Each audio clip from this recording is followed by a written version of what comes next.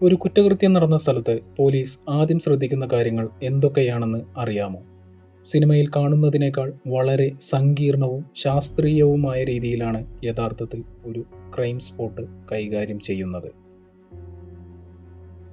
Crime സ്പോട്ടിൽ എത്തുന്ന ആദ്യ ഉദ്യോഗസ്ഥൻ ചെയ്യുന്നത് ആ പ്രദേശം സുരക്ഷിതമാക്കുകയാണ്. കോർഡനിംഗ് എന്ന് വിളിക്കുന്ന ഈ നടപടിയിലൂടെ അന്വേഷണവുമായി ബന്ധമില്ലാത്ത ആരും അവിടെ പ്രവേശിക്കുന്നില്ലെന്ന് ഉറപ്പാക്കുന്നു.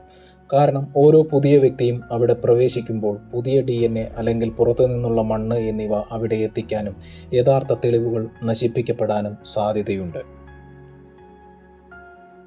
അതിനുശേഷം ക്രൈം സ്പോട്ടിലേക്ക് പ്രവേശിക്കാനുള്ള ഒരു നിശ്ചിത പാത നിശ്ചയിക്കും. തെളിവുകൾ ചവിട്ടി നശിപ്പിക്കപ്പെടാതിരിക്കാനാണ് ഇത്. ഈ പാതയിലൂടെ മാത്രമേ ഫോട്ടോഗ്രാഫർമാരും വിരലടയാള വിദഗ്ധരും സഞ്ചരിക്കാവൂ.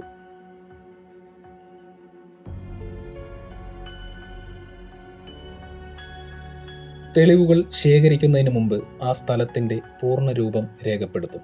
ഫോട്ടോഗ്രാഫി, സ്കെച്ചിങ്, വീഡിയോഗ്രാഫി എന്നിവ ഇതിൽ ഉൾപ്പെടുന്നു. മൃതദേഹത്തിൻ്റെയോ തെളിവുകളുടെയോ ലോങ് ഷോട്ടുകൾ, മീഡിയം ഷോട്ടുകൾ, ക്ലോസപ്പ് ഷോട്ടുകൾ എന്നിവയെല്ലാം ശേഖരിക്കും.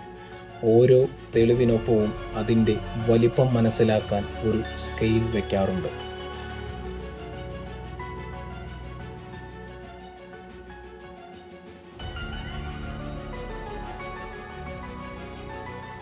അടുത്തതായി ശാരീരിക തെളിവുകളുടെ ശേഖരണമാണ്.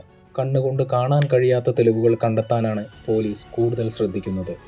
രക്തം, ഉമിനീർ, മുടിനാരിഴകൾ, നഖങ്ങൾ തുടങ്ങിയവയും വിരലടയാളം, പാദമുദ്രകൾ എന്നിവയും ശാസ്ത്രീയമായി ശേഖരിക്കുന്നു. ഡിജിറ്റൽ തെളിവുകൾ ശേഖരിക്കാനും പോലീസ് ശ്രദ്ധിക്കാറുണ്ട്. സ്മാർട്ട് ഫോണുകൾ, CCTV ദൃശ്യങ്ങൾ, ലാപ്ടോപ്പുകൾ തുടങ്ങിയവ ശേഖരിക്കുമ്പോൾ അവയിൽ നിന്നുള്ള വിവരങ്ങൾ നഷ്ടപ്പെടാതിരിക്കാൻ ഫാരഡെ ബാഗുകളിൽ ഇട്ടാണ് ശേഖരിക്കുക.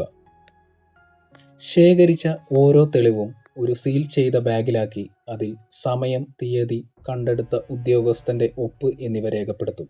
ഈ തെളിവ് കോടതിയിൽ എത്തുന്നതുവരെ ആരുടെയൊക്കെ കൈവശമുണ്ടായിരുന്നു എന്നതിൻ്റെ കൃത്യമായ രേഖയാണിത്. ചെയിൻ ഓഫ് കസ്റ്റഡി എന്ന് വിളിക്കുന്ന ഈ പ്രക്രിയയിൽ ചെറിയൊരു പിഴവ് വന്നാൽ പോലും പ്രതിക്ക് കോടതിയിൽ നിന്ന് ഇളവ് ലഭിക്കാൻ സാധ്യതയുണ്ട്. ക്രൈം സ്പോട്ട് പരിശോധന വളരെ സങ്കീർണവും ശാസ്ത്രീയവുമായ ഒരു പ്രക്രിയയാണ്. ഇതിനെക്കുറിച്ചുള്ള കൂടുതൽ വിവരങ്ങൾ അറിയാൻ ഈ വീഡിയോ ഷെയർ ചെയ്യൂ, ഞങ്ങളെ ഫോളോ ചെയ്യൂ.